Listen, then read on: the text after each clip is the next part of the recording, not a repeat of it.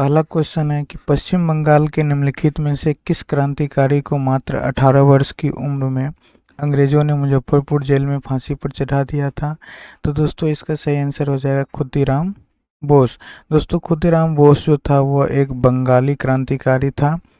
इसको मुजफ्फरपुर के magistrate Kingsford की हत्या के आरोप में उन्हें फांसी पर लटका दिया गया था। दोस्तों फांसी के समय खुदीराम बोस की जो उम्र थी वो 18 वर्ष 8 महीना और 8 दिन था। तो दोस्तों ये सबसे कम उम्र के क्रांतिकारी थे जिन्हें फांसी की सजा दी गई थी। अगला क्वेश्चन है अंग्रेजों और बर्मियों के बीच हुई किस संधि के परिणाम स्वरूप वर्ष 1826 में अंग्रेजों ने असम को हड़प लिया था। तो दोस्तों ये अंडाबो की संधि के तहत हड़प लिया था असम को अंग्रेजों ने। ऑप्शन ए इसका सही आंसर होगा। अगला क्वेश्चन है निम्नलिखित में से कौन सी जड़ी बूटी तने से उगती है। तो दोस्तों यहाँ पे आप देखिएगा कि पुदीना जो है वो एक जड़ी बूटी की तरह भी उपयोग किया जाता है और यह तने के द्वारा उगाया जाता है। तो ऑप्शन ए इसका सही आंसर हो जाएगा। अगला क्वेश्चन है किस वर्ष अल्फांसो डी अल्बुकर्क ने कुछ स्थानीय लोगों की मदद से गोवा पर कब्जा कर लिया था। तो दोस्तों अल्फांसो डी अल्बुकर्क जो था वो 1510 ईस्वी में गोवा पर अधिकार कर लिया था। ऑप्शन बी इसका सही आंसर हो जाएगा।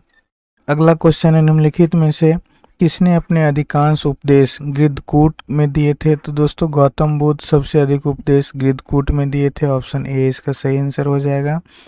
अगला क्वेश्चन है भारतीय संविधान के किस अनुच्छेद में देवनागरी लिपि में लिखी जाने वाली हिंदी को अंग्रेजी के साथ आधिकारिक सरकारी भाषा माना गया। तो दोस्तों देवनागरी लिपि में लिखी हिंदी को सरकारी भाषा के रूप में अनुच्छेद 343 के तहत माना गया। तो ऑप्शन बी इसका सही आंसर हो जाएगा। अगला क्वेश्चन है निम्नलिखित में से कौन सा एक सुरक्षा घटक है जो परिपथ से होकर प्रवाहित होने वाली विद्युत धारा की मात्रा को सीमित करता है और वोल्टता की एक निश्चित मात्रा निर्धारित करता है।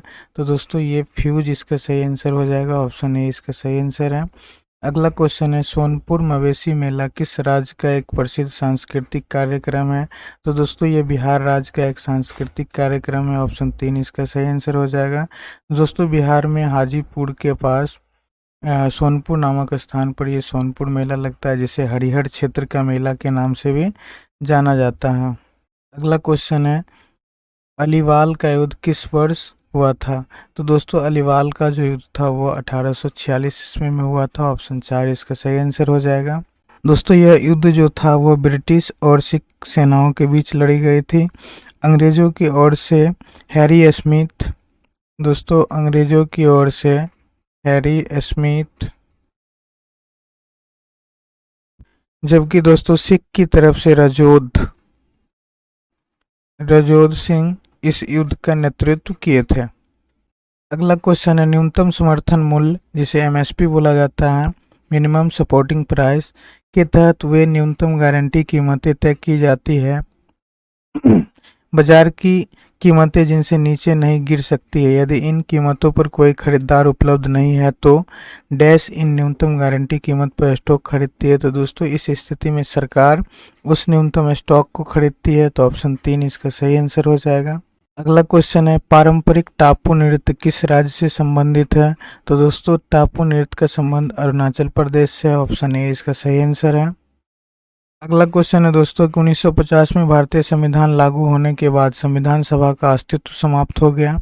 1952 तक इसने डैश के रूप में कार्य किया। तो दोस्तों 1950 में संविधान लागू होने के बाद संविधान सभा का अस्तित्व समाप्त हो गया था। तो 1952 तक इसे भारत की अस्थायी संसद के रूप में कार्य किया था। तो ऑप्शन 3 इसका सही आंसर हो जाएगा। अगला क्वेश्चन है निम्नलिखित में से कौन सी रसोई उत्पाद मधुमक्खियों के डंक को बेअसर करने में मदद करेगा। तो दोस्तों आपको पता होगा कि मधुमक्खी के डंक में फॉर्मिक एसिड पाया जाता है दोस्तों और इसको बेअसर करने के लिए बेकिंग सोडा का प्रयोग किया जा सकता है जो कि एक उदासीन होता है। तो ऑप्शन 3 इसका सही आंसर हो जाएगा। अगला क्वेश्चन है उरुका डैश राज्य का एक पारंपरिक त्योहार है। तो दोस्तों उरुका जो है वो असम राज्य का एक प्रसिद्ध त्योहार है। ऑप्शन 4 इसका सही आंसर हो जाएगा। अगला क्वेश्चन है महारानी रजिया सुल्तान अपने विद्रोही सेनापति मलिक इख्तियार उद उद्दीन अल्तुनिया से पराजित होने के बाद निम्नलिखित में से किस किले में नज़रबंद करके रखी गई थी? तो दोस्तों रजिया सुल्तान को किला मुबारक के अंदर नज़रबंद करके रखा गया था। तो ऑप्शन 3 इसका सही आंसर हो जाएगा। अगला क्वेश्चन है, भारत के किन राज्यों में आपको सियांग या और लोहित नदियां मिलती हैं? तो दोस्तों ब्रह्मपुत्र नदी को अरुणाचल प्रदेश में दिहांग या सियांग के नाम से जाना जाता है। तो अरुणाचल प्रदेश और असम इसका सही आंसर हो जाएगा, ऑप्शन बी। अगला क्वेश्चन है, निम्नलिखित में से कौन सा तमिलनाडु का एक प्रसिद्ध कवि था जिसने महिलाओं की स्वतंत्रता के मुद्दे पर काम किया था? तो दोस्तों महिलाओं के स्वतंत्रता के मुद्दा पे सुब्रमण्यम भारती नामक एक कवि थे। इन्होंने बहुत सारा जोर शोर से काम किया था। तो ऑप्शन 4 इसका सही आंसर होगा। अगला क्वेश्चन है, निम्नलिखित में से कौन सा एक रात्रिचर प्राणी? रात्रिचर का मतलब होता है दोस्तों कि रात्रिचर प्राणी नहीं है। तो रात्रिचर का मतलब होता है जो रात में विचरण करने के लिए नहीं निकलता है। तो दोस्तों चमगादड़ निकलता है, चूहा भी निकलता है और तिलचट्टा भी, लेकिन खरगोश जो है दोस्तों वो रात्रिचर नहीं है। तो ऑप्शन 2 इसका सही आंसर हो जाएगा। अगला क्वेश्चन है कि किस राज्य में आपको हिल स्टेशन अरकू मिलेगा? तो दोस्तों हिल स्टेशन अरकू जो है वो आंध्र प्रदेश के विशाखापत्तनम क्षेत्र में मिलेगा। तो ऑप्शन ए इसका सही आंसर हो जाएगा। अगला क्वेश्चन है, चावल की खेती के लिए निम्नलिखित में से किस प्रकार की मिट्टी उपयुक्त नहीं है? तो दोस्तों उपयुक्त नहीं है की बात कर रहा है, तो ये शुष्क मिट्टी जो है वो उपयुक्त नहीं है क्योंकि चावल में सबसे अधिक पानी की ज़रूरत होती है। तो ऑप्शन ए इसका सही आंसर हो जाएगा। अगला क्वेश्चन है दोस्तों कि MS वर्ड 2010 में निम्नलिखित में से किस फीचर का उपयोग सामान्य प्रकार की लाइन से बहुत छोटे अक्षरों या संख्याओं को टाइप करने और टेक्स्ट की लाइन से थोड़ा ऊपर सेट करने के लिए किया जाता है? जैसा कि दोस्तों ये कह रहा है, जैसे मान लीजिए आपको H2O लिखना है, ठीक है, ये लिख दिए, ये तो आप नीचे सेट कर रहे हैं, लेकिन आपको A+B का होल स्क्वायर लिखना है। तो दोस्तों ये 2 को ऊपर सेट कर रहे हैं। तो ये पूछ रहा है कि ऊपर सेट करने के लिए हम लोग कौन से ऑप्शन का उपयोग करते हैं? तो दोस्तों जब हम किसी भी वर्ड या लेटर या नंबर को किसी भी वर्ड के ऊपर सेट करते हैं तो उसको हम लोग बोलते हैं सुपर स्क्रिप्ट। और दोस्तों जब नीचे सेट करना होता है, जैसे कि आपको लिखना है CO2, तो 2 को नीचे सेट करना होता है। तो नीचे सेट करने के लिए हम लोग सब स्क्रिप्ट का उपयोग करते हैं। क्वेश्चन पूछ रहा है कि संख्याओं को टाइप करने और टेक्स्ट की लाइन से थोड़ा ऊपर सेट करने के लिए किया जाता है। तो दोस्तों ये सुपर स्क्रिप्ट का उपयोग किया जाता है। ऑप्शन 3 इसका सही आंसर हो जाएगा। अगला क्वेश्चन है, निम्नलिखित में से कौन सा विकल्प यूजर को ईमेल के साथ फाइल भेजने की सुविधा देता है? तो दोस्तों आप सभी ईमेल का उपयोग हमेशा करते आए होंगे या बहुत सारे दोस्त करते भी होंगे, कुछ दोस्त ऐसे भी होंगे जो नहीं भी किए होंगे। तो ध्यान रखिएगा, ईमेल में जब हम कोई फाइल को भेजते हैं तो दोस्तों हमें अटैचमेंट ऑप्शन की ज़रूरत पड़ती है। तो ऑप्शन 4 इसका सही आंसर होगा। अगला क्वेश्चन है कि निम्नलिखित में से कौन सा फॉन्ट प्रभाव MS Excel 2010 font dialog box में उपलब्ध नहीं होता है? तो दोस्तों फॉन्ट के डायलॉग बॉक्स के अंदर बोल्ड, अंडरलाइन, इटैलिक ये सभी उपलब्ध होते हैं, जबकि ये जो सुपर इटैलिक है दोस्तों ये नहीं होता है।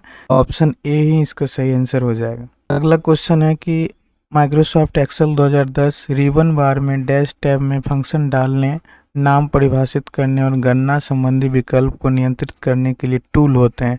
तो दोस्तों यहाँ पे नाम को परिभाषित करने, गणना संबंधी विकल्प को नियंत्रित करने के लिए जो टूल होता है उसको हम लोग बोलते हैं फॉर्मूला बार।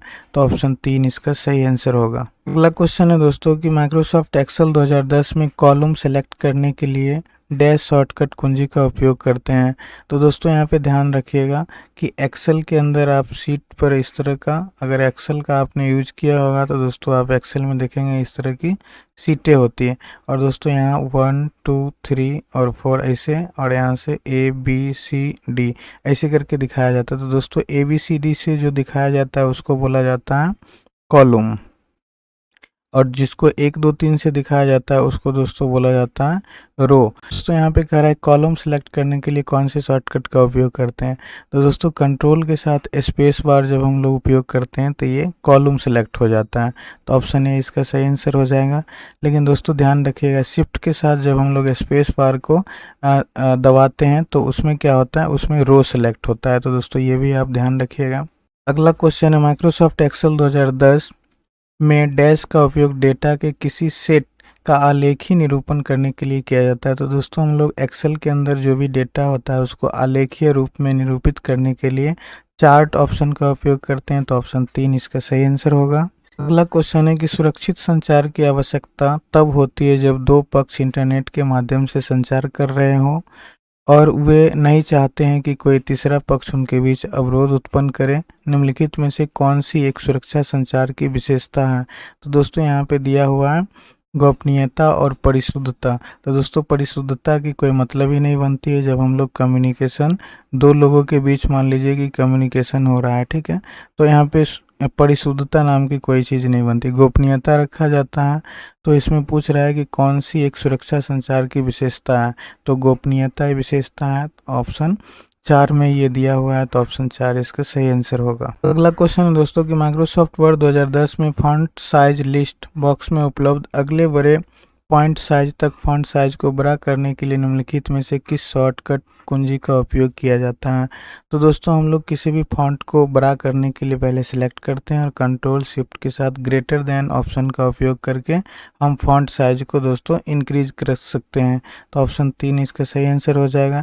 लेकिन डिक्रीज करने की बात हो तो कंट्रोल शिफ्ट और लेस देन का उपयोग करके दोस्तों हम फॉन्ट साइज को डिक्रीज कर सकते हैं। अगला क्वेश्चन है माइक्रोसॉफ्ट वर्ड 2010 डॉक्यूमेंट में लिखे गए निम्नलिखित शब्द पर विचार करें। दिए गए शब्द के संबंध में निम्नलिखित में से कौन सा कथन सही है?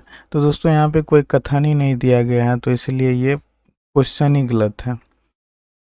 तो ये पूरा का पूरा क्वेश्चन ही गलत है। अगला क्वेश्चन है निम्नलिखित में से कौन सा विकल्प इंटरनेट संसाधनों जैसे वेब पेज, समाचार समूहों, प्रोग्रामों, छवियों आदि के विशाल डेटाबेस को संदर्भित करता है और वर्ल्ड वाइड वेब पर जानकारी खोजने में मदद करता है?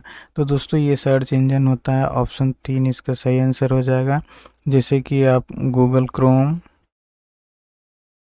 क्रोम या आप जैसे कि आप मोजिला को देख रहे होंगे दोस्तों, ये सारे के सारे जो हैं वो वेब सर्च इंजन है। अगला क्वेश्चन है निम्नलिखित में से कौन सा माइक्रोसॉफ्ट एक्सेल 2007 में एक मान्य फार्मूला नहीं है? तो दोस्तों मान्य फार्मूला की बात करते हैं तो सम एक फार्मूला है, सम प्रोडक्ट फार्मूला है, सम भी फार्मूला है, लेकिन सब ऐड नाम का कोई भी फार्मूला नहीं होता है। तो ऑप्शन 4 इसका सही आंसर होगा। अगला क्वेश्चन है निम्नलिखित में से कौन सा इंटरनेट सेवा का सबसे धीमा प्रकार है? तो दोस्तों सैटेलाइट जो है ये काफ़ी तीव्र वाली सेवा देने वाली एक सर्विस है। डिजिटल सब्सक्राइबर लाइन है, ये भी तीव्र गति से काम करता है। 3G 4G तो आप फ़ोन में भी यूज़ कर रहे होंगे दोस्तों। तो यहाँ पे डायल अप ऑप्शन जो है यही गलत ऑप्शन है, यह सबसे धीमा काम करने वाला इंटरनेट सर्विस है। तो ऑप्शन ए इसका सही आंसर हो जाएगा। अगला क्वेश्चन है माइक्रोसॉफ्ट एक्सेल सीट में एक सेल एड्रेस किससे मिलकर बना होता है? तो दोस्तों सेल का जो एड्रेस होता है वो मुख्यतः सेल और सेल के कॉलम और रो से मिलकर बना होता है। तो ऑप्शन ए इसका सही आंसर होगा। अगला क्वेश्चन है कि माइक्रोसॉफ्ट वर्ड 2007 के डॉक्यूमेंट में हाइपरलिंक प्रविष्ट करने के लिए निम्नलिखित में से किस कीबोर्ड शॉर्टकट का उपयोग किया जाता है? तो दोस्तों कंट्रोल के साथ हम लोग वर्ड के अंदर हाइपरलिंक को इंसर्ट करा सकते हैं। तो ऑप्शन ए इसका सही आंसर हो जाएगा। नेक्स्ट क्वेश्चन है दोस्तों कि ओमनीबॉक्स लागू करने वाला पहला वेब ब्राउज़र कौन था? तो दोस्तों ओमनीबॉक्स को लागू करने वाला पहला वेब ब्राउज़र गूगल क्रोम था। तो ऑप्शन 2 इसका सही आंसर हो जाएगा। अगला क्वेश्चन है माइक्रोसॉफ्ट वर्ड डॉक्यूमेंट में टेक्स्ट का रंग बदलने के लिए निम्नलिखित में से कौन सा प्रयोग किया जाता है? तो दोस्तों टेक्स्ट के रंग को बदलने के लिए हम लोग फॉन्ट कलर ऑप्शन का उपयोग करते हैं और टेक्स्ट के पीछे कलर डालने के लिए हम लोग दोस्तों शेडिंग का उपयोग करते हैं और उसके बाद स्टाइल बदलने के लिए फॉन्ट का हम लोग स्टाइल्स का उपयोग करते हैं। तो इसका जो सही आंसर हो जाएगा ऑप्शन 2 होगा फॉन्ट कलर। अगला क्वेश्चन है तालिका के कॉलम की चौड़ाई को बदलने के लिए निम्नलिखित में से किस विकल्प का उपयोग किया जा सकता है एमएस वर्ड के अंदर? तो माइक्रोसॉफ्ट वर्ड के अंदर दोस्तों हम लोग जो कॉलम की चौड़ाई है इसको बढ़ाने के लिए हम लोग रूलर का प्रयोग करते हैं। ऑप्शन 4 इसका सही आंसर हो जाएगा। अगला क्वेश्चन है ईमेल में अटैचमेंट जोड़ने के लिए निम्न में से किस आइकन का उपयोग किया जाता है? तो दोस्तों आप ईमेल जब भेजते होंगे तो वहाँ पे देखेंगे आप पेपर क्लिप टाइप का एक आइकन होता है जिससे हम लोग अटैचमेंट को भेज सकते हैं। तो ऑप्शन 2 इसका सही आंसर हो जाएगा। अगला क्वेश्चन है कि एक सक्रिय सेल को वर्तमान रो पर पहले कॉलम में ले जाने के लिए निम्नलिखित में से किसका प्रयोग किया जाता है? तो दोस्तों एक्सेल के अंदर आप किसी भी सेल के अंदर हैं और पहले सेल में आपको जाना है तो होम बटन को क्लिक करके आप जा सकते हैं। तो ऑप्शन 3 इसका सही आंसर हो जाएगा। अगला क्वेश्चन है दोस्तों कि डैश एमएस वर्ड 2007 में ऑफिस बटन का एक मान्य विकल्प नहीं है। तो दोस्तों प्रिंट एक विकल्प है, सेव एज विकल्प है, सेव विकल्प है, लेकिन यहाँ पे प्रेजेंटेशन जो है दोस्तों ये कोई विकल्प नहीं होता है वर्ड के अंदर। ये दोस्तों पावर पॉइंट के अंदर होता है, जिसको हम लोग पीपीटी के नाम से जानते हैं। तो ऑप्शन ए इसका सही आंसर होगा।